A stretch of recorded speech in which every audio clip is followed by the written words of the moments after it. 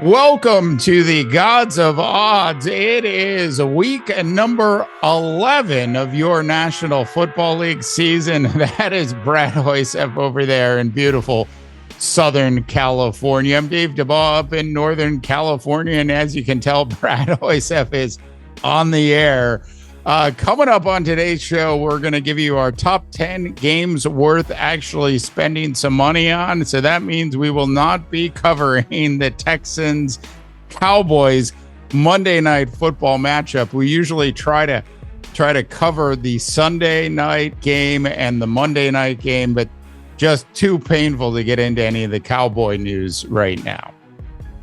Yeah, boys don't look very good. You got to wonder what's the leash on Mike McCarthy. It's not really Cowboy nature to fire a guy mid-season, but man, I don't remember the last time the Cowboys looked this bad mid-season. So, yeah. I mean, they've had a number of successful seasons in a row. It's apparent that this one is not going the right way for them. They got a lot of personnel issues, and McCarthy seems to have kind of lost the team.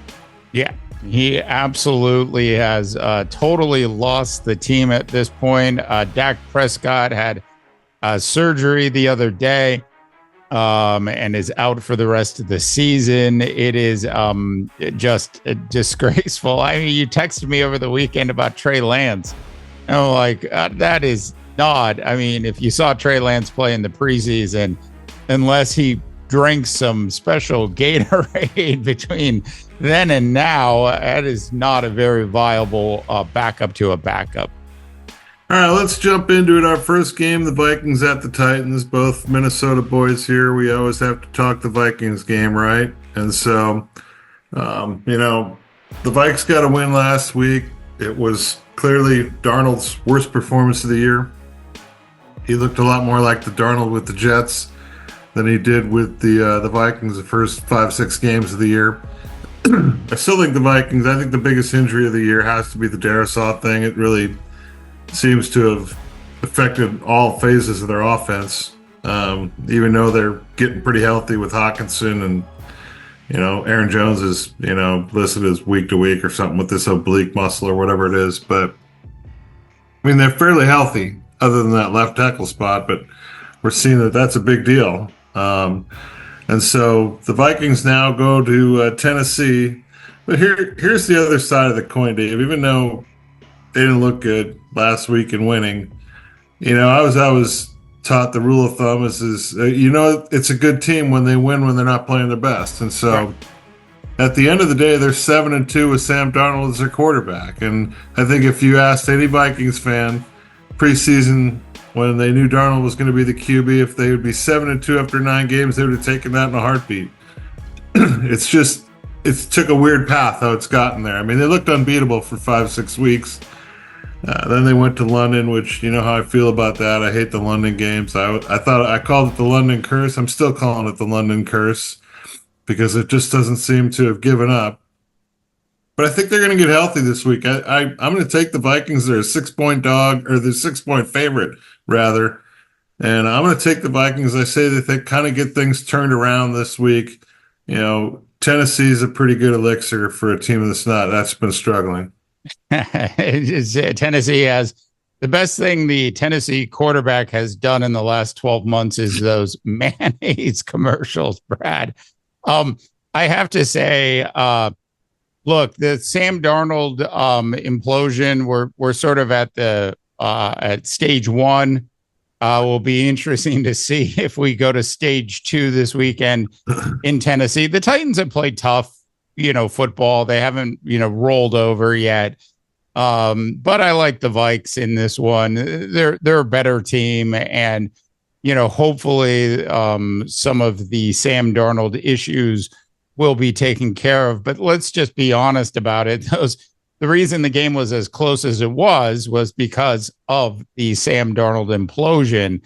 And I did a podcast on this in the middle of the week, or actually at the end of after the game last week, Brad, and I took a lot of heat. Sam Darnold did this, Sam Darnold did that. He'll be fine. And I'm like, just a bunch of myopic football fans out there that forget his first 5-6 years in the National Football League. I haven't forgotten yet. And it is going to take a really good week out of Sam Darnold for the Vikings to actually win by 6 in this game. But I do think that will actually happen. I think a lot of it too, Dave, and you see this happen from time to time when a big part of the offense is gone and all of a sudden they get it back. Everybody expects things to just go smooth, right? Right. I think they're still feeling out getting Hawkinson back. I think they're going to be okay. I really Yeah. do. I like their schedule. I mean, you look at their schedule, they're at the Titans, they're at the Bears, who are not playing well. Then they're at home against the Cardinals and Falcons, who are both winnable games. And then they're at home against the Bears. Yeah. 5 games. I mean, Dave, it's not a. I fully expect this team to win 4 of those games. Yeah. And if they do, they'll be 11-3. And then they're, playing for, they're playing for keeps at that point. I mean, the Lions are 1 or 2 big injuries away from just being a football team, right? Yep. I mean, they're great now, but there's half a season left and there's a long ways to go. They did lose Hutchinson, and it didn't seem to affect them a tremendous amount. But if somebody like Goff was to go down, or the wide receiver Amon-Ra St. Brown, something like that, or Gibbs, you just never know how it's going to affect this team. So there's a long ways to go here. I think people get a little emotional. It's a roller. The Vikings have always been an emotional roller coaster for you, Dave. I've seen it on your face many times. But so are you taking the Vikings or are you taking the Titans? No, I'm taking the Vikings, and I know it's been an emotional roller coaster for you. You're just better at playing poker than I am, I think, at this point. All right. So speaking of the Lions, that's the first game I'm going to cover. We're just going to knock it out super quick because it's the Jaguars and I'm assuming Trevor Lawrence will be back, but if he isn't, I mean, it doesn't matter. It's the Jaguars at the Lions. Unless the Lions come out flat, I don't see this game being close at all, and neither does Vegas, who have the Lions winning by 13. It's a crazy spread right there, especially sort of in the middle of the season. But I'm going to go ahead and take the Lions in this one. Jared Goff did throw 5 interceptions last week, but they did find a way to win. I like the Lions a lot in this one. Detroit's going to get things right. Did anybody hear that last 10 seconds? Yeah. All I'm hearing is my dogs in the background. Yeah, you're good. I'm going to agree with you, Dave. So my dogs agree with you, by the way. The Lions, it's one of those old good teams, bad teams thing. There's not really a lot to talk about. The Lions are great. Yeah. And the other team is terrible. So 13, they could have made it 17. I'd have still taken the Lions. I'm going to be with you right there with the Lions on that one. Yeah, you didn't miss too much there. I think this is just, I wouldn't waste too much time thinking about this one either, unless there's some major injury at the start of the game. The Lions should win this one, dare I say, by 20. So I've got the Lions in this one. I know right now I'm going to regret saying that, and I'm going to get some texts over the weekend. But the Jaguars it's just a bad organization. Yeah, it's just, football's funny though. We think we got something pegged, and all of a sudden, they come out flat, and the Jags give them more than they want. We always have to remember the other team's got professionals on the other side too. But all I know is the professionals on the Jags side, they're not as big, they're not as fast, they're not as strong, Dave. And that usually doesn't work well in the game of football. Anyways, on to my next one. It is the Seahawks at the Niners. That's a big rivalry game going on in San Francisco. 49ers are 6.5-point favorites. Same thing with the Hawkinson deal, right? With the Vikings. They get McCaffrey back. Everybody expects this automatic explosion. It doesn't happen that quickly, right? Right. But I fully expect that the Niners getting healthy, they're never going to get the number 2 wide receiver back. He's out for the year, right? But Juwan Jennings is a pretty efficient number 2.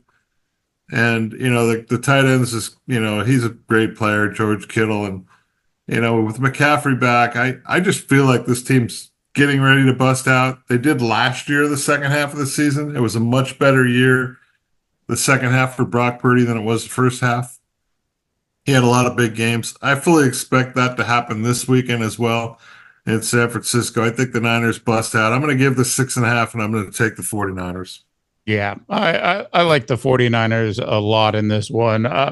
I suspect we'll see, a little bit more of Christian McCaffrey this week. The Niners defense has been playing really well.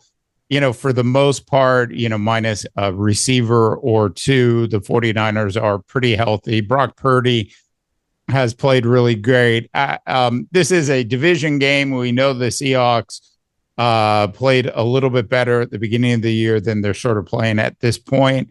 It wouldn't surprise me at all to enter the fourth quarter of this game with the Niners up by a point, and then they sort of pull away down the stretch. I'm sure it will be a good game, but I like the Niners a lot.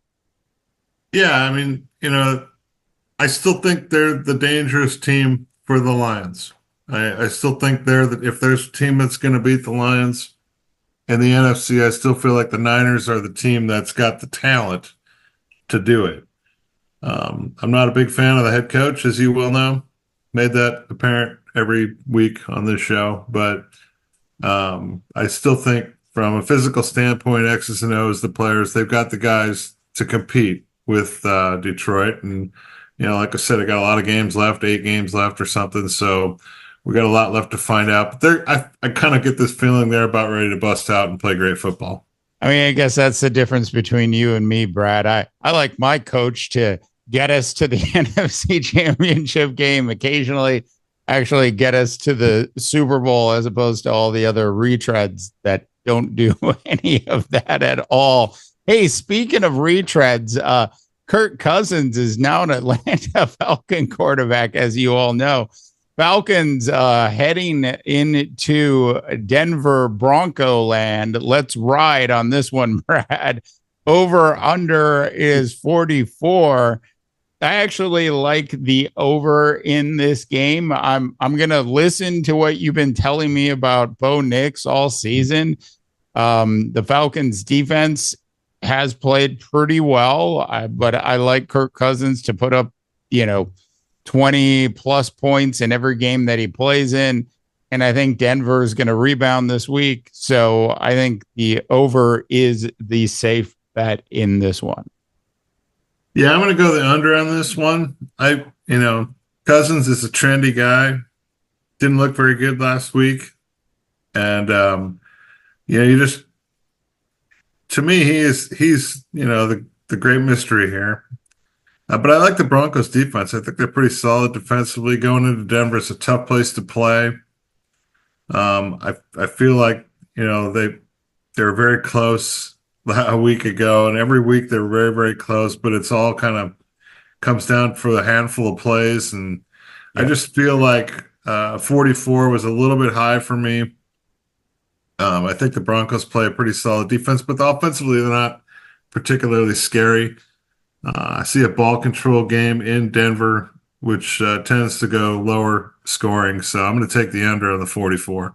Yeah. I like Cortland Sutherland a lot. He's been playing really good.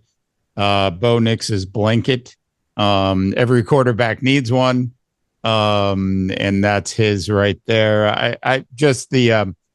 This was a really intriguing game to actually just sort of take a look at. And I just think Denver is going to rebound a little bit here. And I know Cousins is going to find a way to score at least 20. So I'm in on the over comfortably.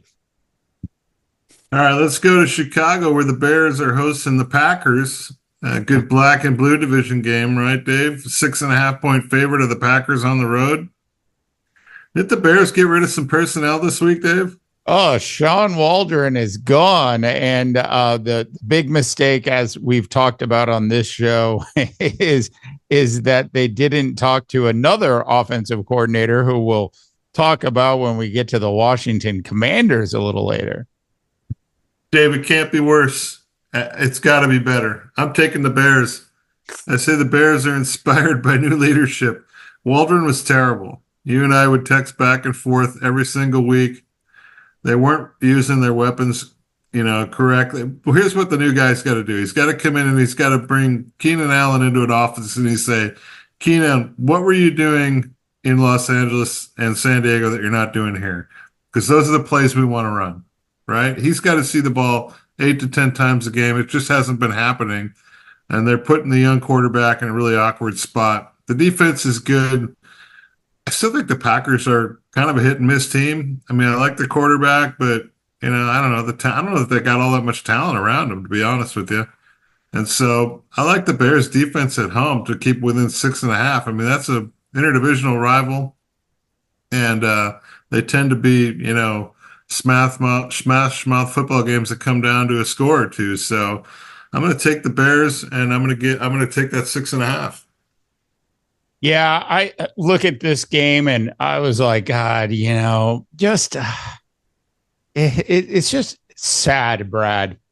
When you've got like a top tier quarterback and you put him in a situation and you just know a couple weeks into it what the problem is, and yet the organization doesn't actually react soon enough. And that's exactly what's happened here with the Chicago Bears. They're about 3 weeks too late. I don't know if this is true, but the big noise around the NFL yesterday, at least in the media and all the talk shows and radio shows and podcast shows across the North America, Brad, it was all about how a bunch of Bears players went to the GM and said, hey, we want to start. We want the other quarterback to start. We want Caleb to be benched. I mean, if that actually really happened, and this isn't an actual rumor, I mean, you've set the kid up to fail. I mean, it is ridiculous.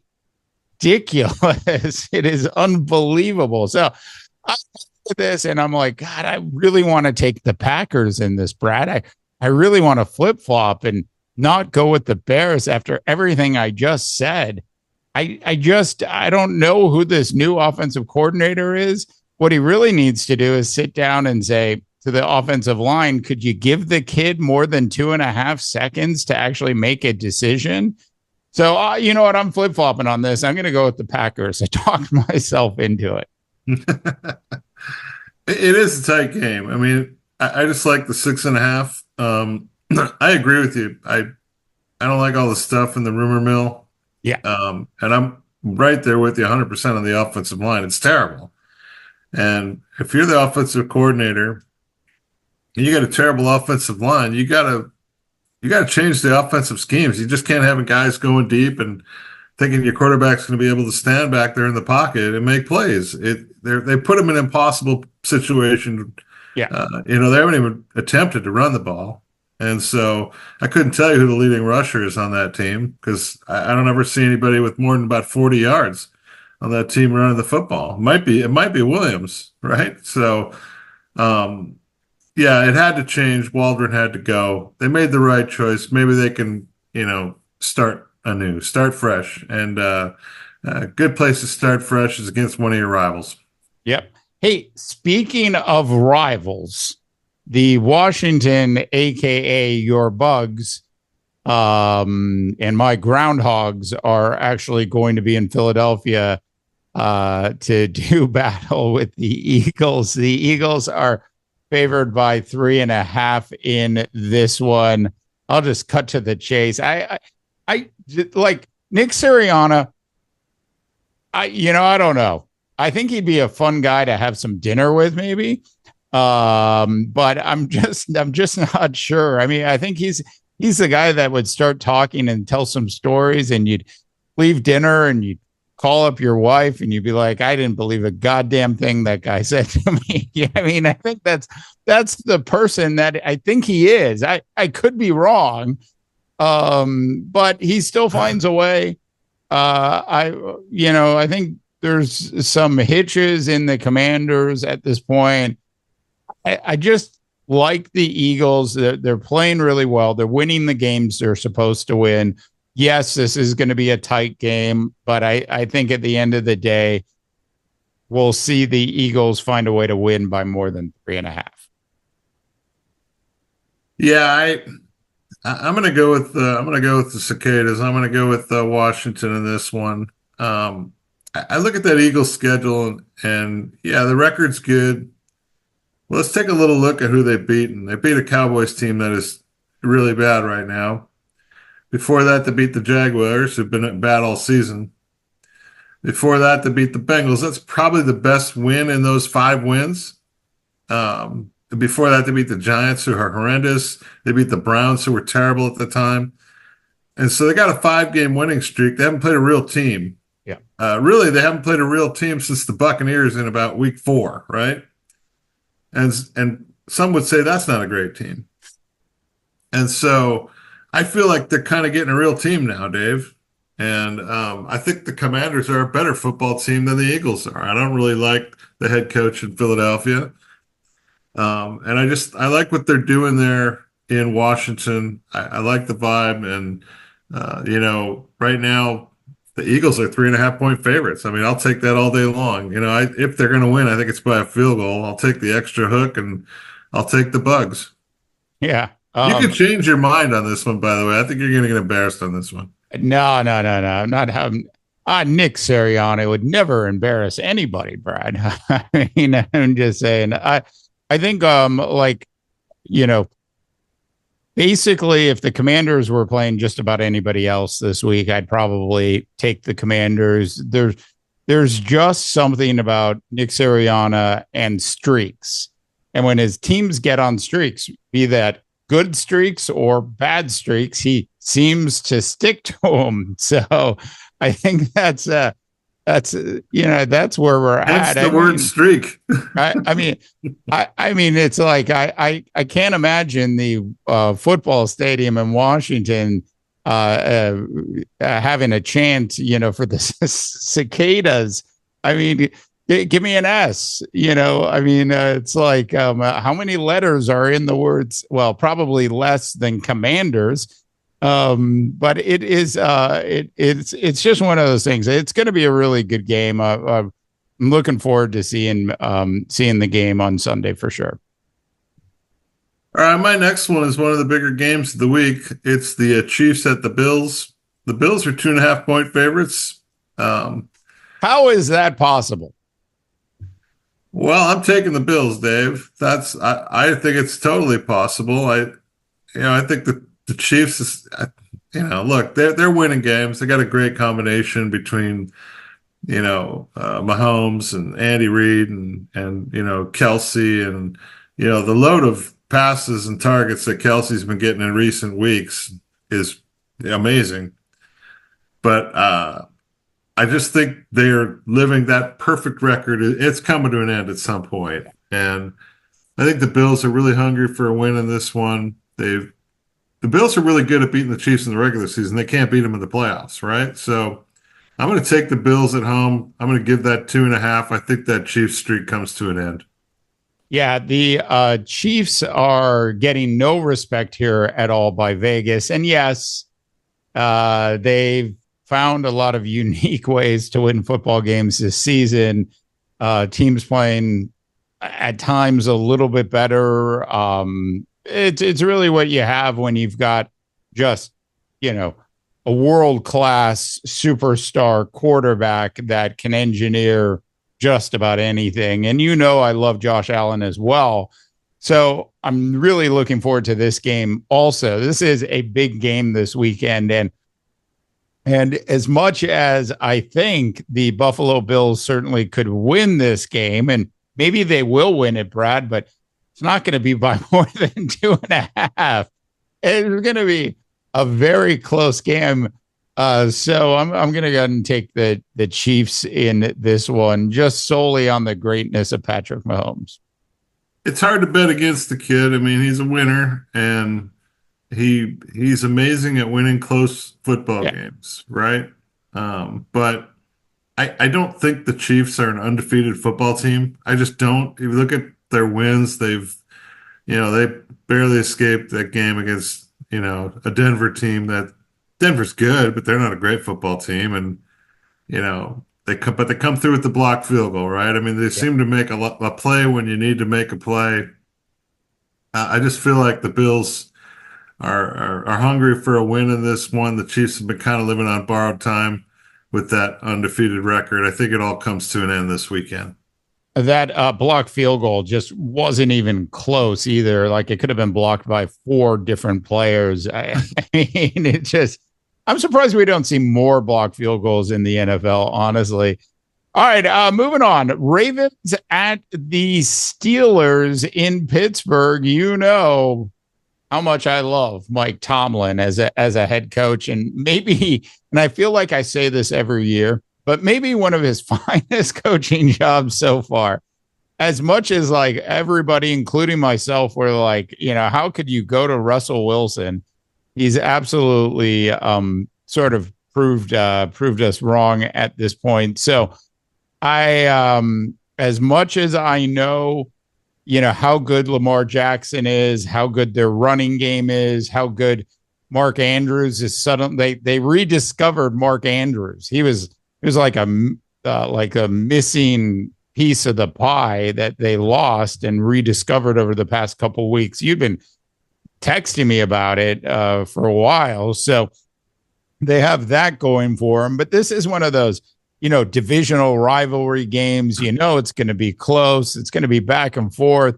Ravens favored by 3.5 in this one in Pittsburgh. I'll take the Steelers and the points. Yeah, I'm going to take the Ravens just because I think they're a more grizzled team right now. I mean, the Steelers have kind of rode this schedule that they've had so far to a decent record. It's been a fun story to watch. I'm like you. I like Tomlin a lot. I think he's a great player. I just look at the weapons on each team offensively, and it really isn't a comparison. Yeah, the Ravens have way better weapons than the Steelers have. So I'm just going based upon what's on paper, and what's on paper tells me you got to take the Ravens and give 3.5. And the Steelers tend to, they tend to turn the tables on all that logic and win games, but I'm still going to go with what I see. And when you got Lamar Jackson and you got Derrick Henry and you get all these guys, the tight ends are great. You have an emerging wide receiver crew out there. I just think the Ravens are a more tested team so far. They've played interdivisional rivals and beat the Bengals in a tight one.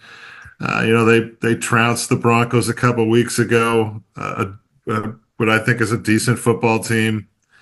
Their only real setback in quite some time was the game against the Browns 3 or 4 weeks ago. So I just feel like this Ravens team is tested. They're ready for this game on the road in Pittsburgh. They're giving 3.5. I don't really like that extra hook, but I'm going to take the Ravens. Yeah, Brad makes all really good points. And not too much else to say, I think, on this one. It's just it's a chess match, and that's exactly what this football game is actually going to be. And these are the games where I think Lamar Jackson is susceptible to a really good defense and a really well orchestrated and organized football team and organization, which is what the Pittsburgh Steelers have. Look, I think this is going to be a close game, but this would be a game like if I had Lamar Jackson on my fantasy football team, I'd probably look to bench him this week. Tomlin's is gonna slow him down just enough to keep this thing interesting. I think it's kind of a tempo game. Like whoever controls the tempo. Like I think if the Ravens get out front by 10 early, I think it's over. But I think the longer the Steelers hang around, it could be a really fun game to watch. It's always a fun battle to watch those two teams. All right, let's go to my final game. It's the Raiders at the Dolphins. I kind of get the sense that the Fins, you haven't heard the end of them yet. They played a nice game last week and beating the Rams. They're getting healthy again, finally, offensively. I don't really care for the -8 thing. That seems like a pretty big line, but they're playing at home. And I get a sense that one of these weeks we're going to see the bust out. Remember last year at the beginning of the year, the Dolphins scored like 50 or 60 or something for a couple of weeks in a row. We haven't seen anything like that yet. But Tua's back now for a couple of weeks, and it's the same philosophy that I had with Hawkinson coming back. It's the same philosophy I had with McCaffrey coming back. Sometimes these things take a few weeks to work themselves out and for people to get comfortable playing with one another again. I feel like it happens this week. I think Miami busts out. I think they blast the Raiders, and who I don't think are a good football team at all. I'm going to take the fish, and I'm going to give the 8. The commitment to mediocrity. That is exactly what the Raiders organization has turned into. At least they get to play in a beautiful stadium in Las Vegas, so they have that going for them. But at the end of the day, when your star wide receiver who has Taco Bell's located inside his Vegas mansion decides to jump ship for New York, the franchise is in trouble. I like the Dolphins a lot for a lot of the same reasons you pointed out. I think Tua and the Dolphins, I think it was a game against Denver last year where they scored 70. I think it was just an incredible offensive explosion. So I think they're getting right on the offensive side of the ball. They just have to convince Tua to not get hit and to be careful out there. And he had a couple plays last week where he wasn't really wise, considering all of the head issues he's had. At some point, Tyreek's going to have a bust-out game where he goes for about 202 touchdowns or 2 or 3 scores, and I just get a sense it could be this one. But I'm, when it comes to Tua, you're always concerned about that head. With all those, injuries he's had and all the concussions and stuff, and then you got, Max Crosby on the other side. So, yep, that's the obvious concern. First order of business if you're in the Miami camp this week, somebody block Max Crosby, please. Yeah, a couple people, please. All right, last game of the week, Bengals at the Los Angeles Chargers. Brad, Chargers favored by 1.5 in this game. This is the Sunday night football game. Absolutely excited to see this. Love what Joe Burrow's been doing the last couple weeks. They've, woken up. We know the Bengals always start off slow. It might have been too slow of a start for them to recover from at this point. Outside of Justin Herbert's sort of just overall greatness as a quarterback, just willing to do whatever he needs to do to help his team win. Yeah, I love Harbaugh so much. Love his mentality. I know this game is actually going to be close no matter what. This is a game that maybe 3 or 4 weeks ago I would have taken the Bengals, but I'm going to go ahead and give up the 1.5 and look for a Los Angeles Charger victory at home in SoFi. Yeah, this was a tough game for me. At the end of the day, I'm going to take the Bengals in this one. I think I texted you over the weekend that, the game, all of a sudden I look and the Charger game is ending in 2 hours and 40 minutes last week, Dave. And that's kind of what Harbaugh does. Now, he's effective. He wins a lot of games. He wins wherever he goes. But it's anything but fun to watch. It's boring football. I think it'll be a boring football game, to be honest with you, because I think that's what Jim Harbaugh football is. I think it's boring, but it's effective and it wins. And so the Bengals, they got to win. It's desperation time, I think, for Cincinnati. They got to have a win. And, they got a great performance last week from Jamar Chase, who was on one of my fantasy football teams. The game was over on Thursday night, right? And so I'm going to take the Bengals here. I kind of feel like they're the desperate team. They're 1.5-point dogs, in Los Angeles, who, as we know, it's not really a home field advantage. Most of the other teams have just as many fans there as do the Chargers. So I'm going to take the Bengals. I think they need it more. It's a tight game, though, but don't expect it to be fun to watch. Yeah, I mean, how well do Bengals fans actually travel? you know, I don't know. It's like New Orleans Saints fans going to Los Angeles. Maybe the Chargers could have a home advantage every once in a while. There are a couple teams in the league that I don't think travel terribly well. Yeah, I think this is going to be a very intriguing game. Look, if the Bengals win, they're going to win by a lot. So that's sort of how I would look at it. I would look at it as some sort of blowout or something. So you're absolutely right, spot on about Jim Harbaugh's brand of football. It's ball control offense, run the ball, run the ball, run the ball. Hey, maybe even run your big strong quarterback into the end zone every once in a while as well, like he did last week. So it's high power. It's a high power version of running. You can have no name wide receivers. I'm sure they don't appreciate that. But at the end of the day, I'm going to go ahead and stick with the Los Angeles Chargers in this one. Mr. Hoysap, any final thoughts before we get out of here tonight?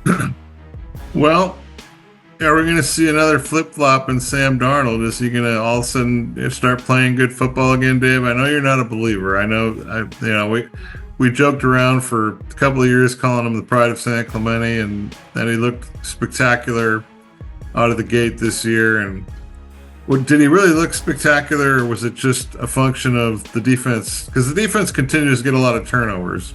Yeah. And they score a lot of points. And I've had them on my fantasy team now for most of the year, and they've been a great defense to have on your fantasy team. But I'm not quite sure they're a great defense. You had a term you used a couple of weeks back. I can't remember what it was, but it described them perfectly, like unsustainable or something, right? I can't remember. Yeah. Well, I've had lots of great terms, so I always forget which one you're talking about. But yeah, look, the Sam Darnold part it's not even an enigma.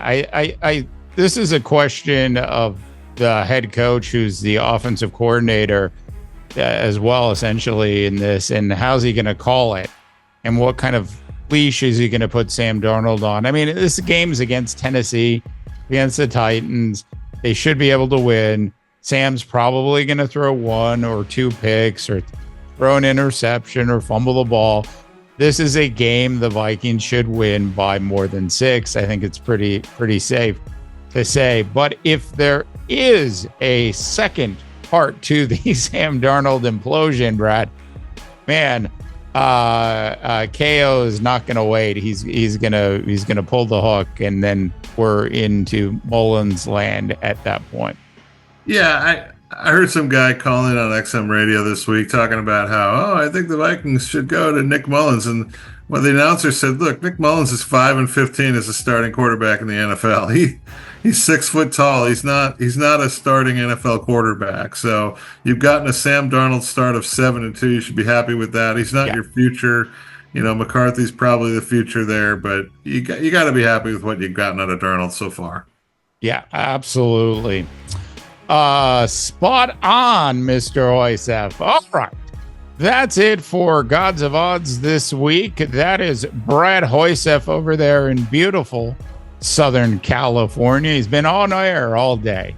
I'm Dave DeBaugh up in Northern California, wishing you all a tremendous rest of your sports viewing day. This is Phoenix.